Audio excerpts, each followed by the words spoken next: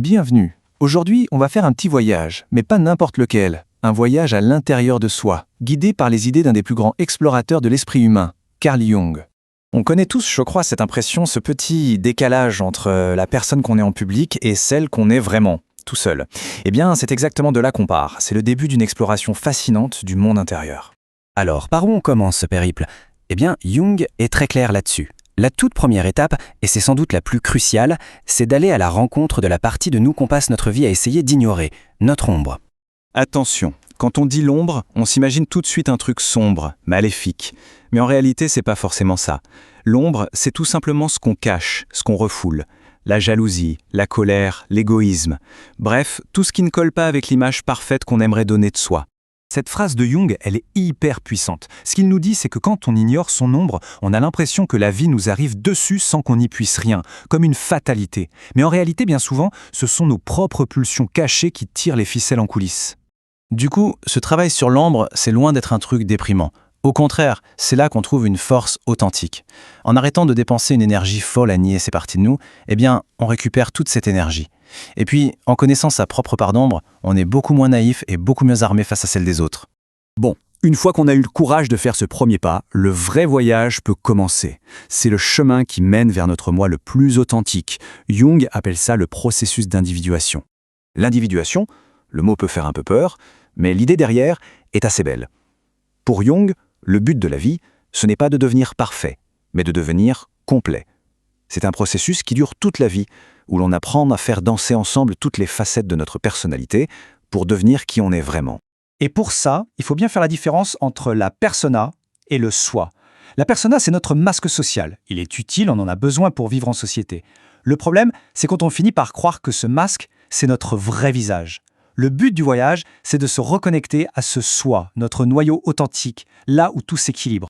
D'accord, mais comment on s'y retrouve dans ce labyrinthe intérieur? C'est un peu intimidant. Heureusement, Jung nous a laissé des outils, des sortes de cartes ou de boussoles pour nous guider. Le premier de ces guides est sans doute le plus étonnant, le plus mystérieux. Ce sont ces coïncidences qui sont tellement parfaites qu'on se dit « c'est pas possible, c'est pas juste le hasard ».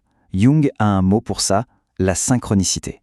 C'est ces moments un peu dingues où l'on pense à une chanson et elle passe à la radio juste après, où on est face à un problème et la solution nous apparaît par hasard au détour d'une conversation. Pour Jung, ce ne sont pas des hasards, ce sont des signes, des clins d'œil de l'univers qui nous montrent qu'on est sur la bonne voie. Le deuxième guide, lui, ne vient pas de l'extérieur, mais des profondeurs de notre histoire collective. Il s'agit de schémas universels qui parlent à toute l'humanité, les archétypes.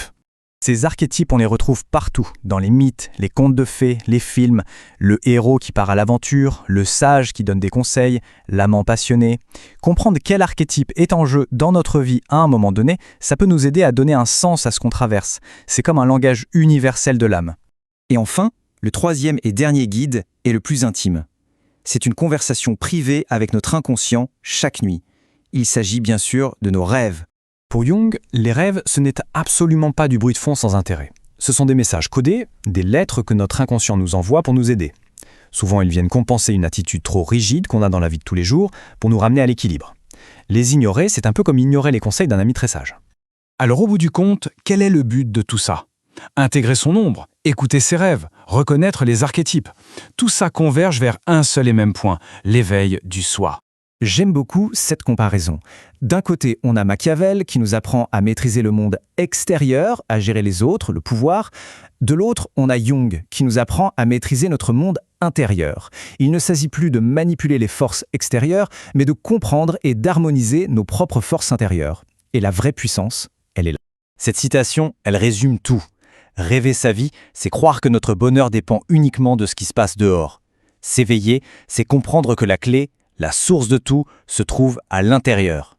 C'est un changement total de perspective. La question finale est donc pas de savoir s'il faut faire ce voyage intérieur, mais simplement par où commencer. Par l'ombre? Par l'écoute des synchronicités? Par l'analyse des rêves? Le chemin est différent pour chacun, mais l'invitation à l'exploration, elle, est universelle.